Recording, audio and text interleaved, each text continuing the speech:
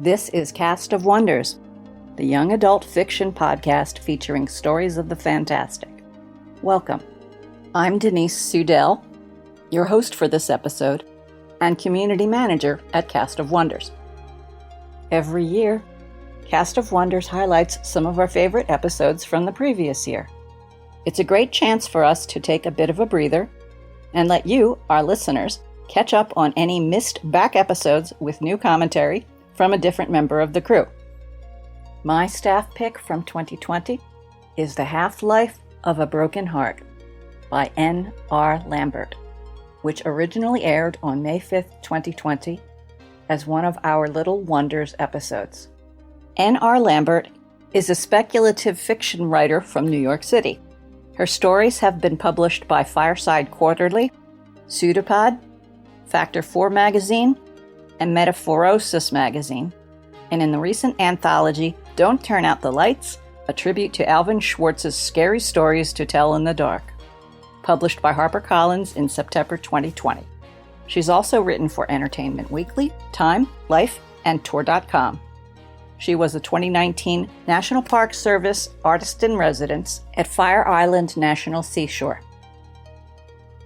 In addition to her work as a pop culture author and freelance copywriter, she volunteers with Read Ahead New York City, a reading-based mentoring program for elementary school students. Find her online at nrlambert.com or on Twitter at nanbits. The narrator for this story is Caroline Reed. Caroline Reed is a science writer who has written for the European Southern Observatory and the Desmond Tutu HIV Foundation. She is the author of A Notch for a Raven. She is inordinately fond of time travel and is actually 3 badgers in a Macintosh. Find her on Twitter at ReadScience. And now, we've a tale to tell.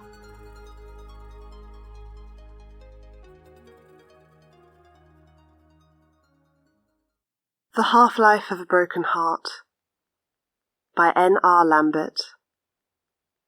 Narrated by Caroline Reed. We hear the nursery long before we see it. Feel it too, despite the heavily insulated walls. Deep metronomic concussions roll down the corridor and crash through us. When we reach the entry, marked simply Hearts, the door slides open and a technician ushers us through. The nursery is aggressively antiseptic. Shrill LED lighting, a gleaming steel tile floor, and between them, bed after bed of hearts. A chamber of chambers, bumping and pulsing in sync. They do that on their own, the tech says, smiling, glasses glaring back at us. We've even tried to offset them intentionally, quite drastically, but still, they always sync up somehow. It's rather uncanny, don't you think? I take in the aortic rose, thrumming with whatever semi-organic solution they pump to sustain themselves. Uncanny isn't the first word that springs into mind. Which one is mine, I ask. You don't want to guess? We encourage clients to try. The tech gestures with her tablet. They choose correctly just slightly above what would be random probability. Huh, you grumble. A shadow at my elbow. Your black dress a bit too on the nose, I think. You've been opposed to this since I first suggested it. Still, I'm glad you're here. It feels like the first thing we've done together in 381 days. Even the sycamore sapling we planted in the yard to honour him, a growing thing for a boy who would not. You planted alone. Ready? The tech smiles. I nod. I am eager to cast off this weight, this damaged core, even if you contend it will make little difference. The sterile air of the nursery chills me, the door of my chest chamber hanging open between my breasts as the tech retrieves my new synthetic heart. the one in the back right corner, third bed from the door, and brings it to me. She removes my old heart, wipes down the chamber, and places the synth inside. I watch her hands make the final connections and wait for some wonderful new feeling to flood in. I expect joy. Or how I think joy might have felt. It's so hard to recall anything that isn't anguish. But what rushes in is different. It is nothing. Still. Nothing is an improvement, isn't it? How does it feel? The tech asks, snapping the chamber door into place. I'm unsure how to answer. I look to you across the room, but your eyes skim over mine, fixed on something or nothing behind me. I'll probably need some time to get used to it, I say, as I button my blouse over the new heart beating in the old space. The tech places my old heart in a temporary organum capsule, then in a bed of other transplants. I wonder when it will sync up with the others. She seems to know what I'm thinking. It takes a few days to sync, but old transplants are generally discarded long before that happens. She helps me to my feet. We'll keep your original here in the nursery for 48 hours. After that, we'll dispose of it, or you can purchase a crematory to preserve it at home. Do you understand? I nod and look for you, but you've already slipped out the door. It is too windy for the hovers today, so we take the monorail home. I watch the city flash by my window and wait for something to strike the flint, something to spark. I touch my chest. The old ache's absence is a discomfort of its own. Does it hurt? You've been watching me watch the world go by. Our new normal, but perhaps not for much longer.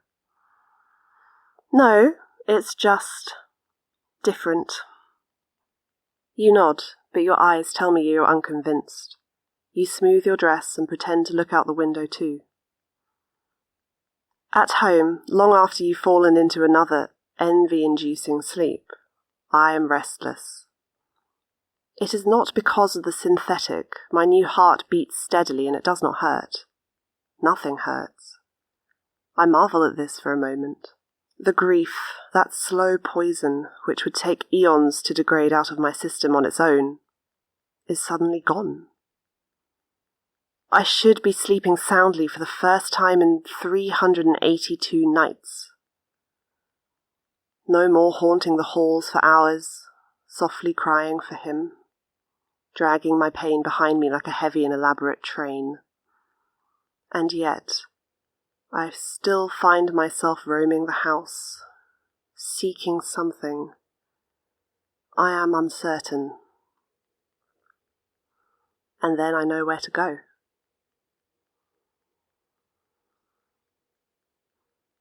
After he was cremated, we brought him to the beach he loved so much and let the wind and waves take what was left. It is where I visit him. You stopped coming after the first time. The heavy thump of the waves against the breakwater reverberates through me as I fight the wind to a quieter spot on the inlet. There is a ritual to this too. I come here. I cry until the salt from the wind-whipped waves gradually replaces my own across my cheeks, and for a few moments I am calm. Only then can I reach back and touch the old memories without burning my fingertips. Find the comfort in them. This is the closest I get to happiness. Tonight, I expect I'll skip the salt, go right to the peace, crack open and be flooded with that happiness, with relief. But my new heart knows nothing of loving that little boy. It only offers its sterile beat, which now, I note, is quietly sinking with the lapping of the waves.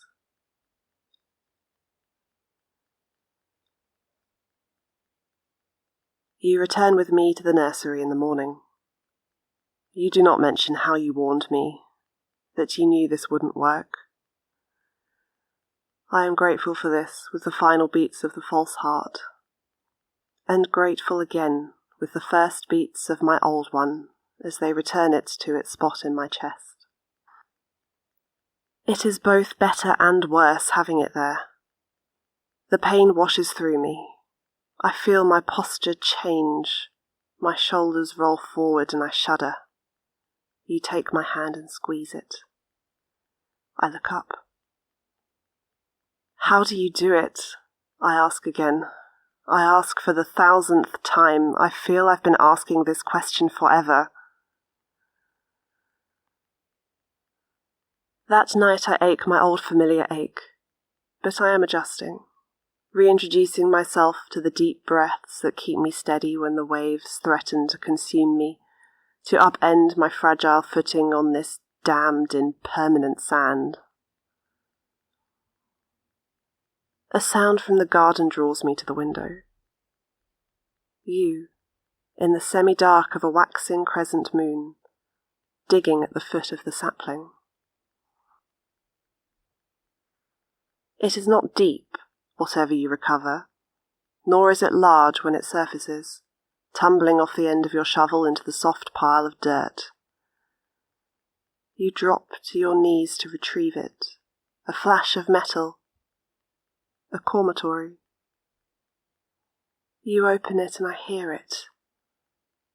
The sound I've missed without even realizing it was gone. Its absence drowned out by a greater loss. Unsteady and tumbling at first, but a beat for certain. Leaving the shovel in the hole behind you, you stand and head back towards the house. I rush downstairs to find you at the kitchen sink, the faucet still running. You turn to face me. A trickle of muddy water seeps out from beneath your chest chamber, staining the front of your nightgown. The rhythm is stronger now. The wobbling is new, unfamiliar, but has a cadence of its own. You look up and meet my gaze. And for the first time since we lost him, you weep. This story hit me hard. This past year has been a year of such loss for so many of us. Hundreds of thousands of deaths all over the world from a virus that has kept us separate from each other. Plus, we've suffered losses and pain in so many other ways.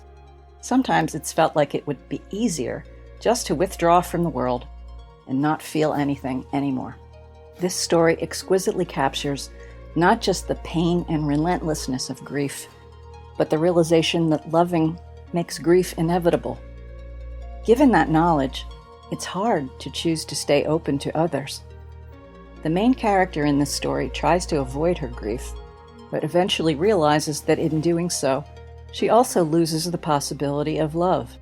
So she chooses to open herself back up to love and the pain it brings. And her decision allows her partner to realize that she needs to open back up to pain and to love as well. One other thing that struck me about this story, it shows that hearts, brought together, even in a cold and sterile environment, will come to beat in concert with each other. We need each other. We will continue to need each other, no matter how we try to deny it, and no matter how circumstances keep us apart. That thought will help keep me going until we can all be together again. Join us again next time when assistant editor Carissa Sluss brings you her favorite story of the year. We love bringing you the best audio fiction week after week, but we can't do it without your support. Your donations pay our authors, our narrators, our servers, and our staff. Please consider supporting us with a monthly donation through either PayPal or Patreon. You can also review us on Apple Podcasts, request us on Spotify, and consider the stories we publish for award consideration. There are lots of ways you can help. Join the discussion on the EA Forum, forum.escapeartists.net, or visit on Twitter at Cast of Wonders. Come say hello. Cast of Wonders is a production of Escape Artists Incorporated and is brought to you by your host for today, Denise Sudell, our editor, Catherine Inskeep, assistant editors Andrew K. Ho and Carissa Sluss, associate editors Amy Brennan, Alicia Caparoso, William Haight-Miner, Sean Proctor, Emma Smales, Ray O, and Susie Rodriguez, art director Alexis Goebel, community manager Denise Sudell, and our audio producer Jeremy Carter. Our episodes are released under the Creative Commons Attribution, Non-Commercial, No Derivatives 4.0 International License. That means you can download or listen to the episode on any device you like, but you can't change it and you can't sell it. Our theme music is Appeal to Heavens by Alexinov, available from Promo DJ or his Facebook page. Thanks for listening.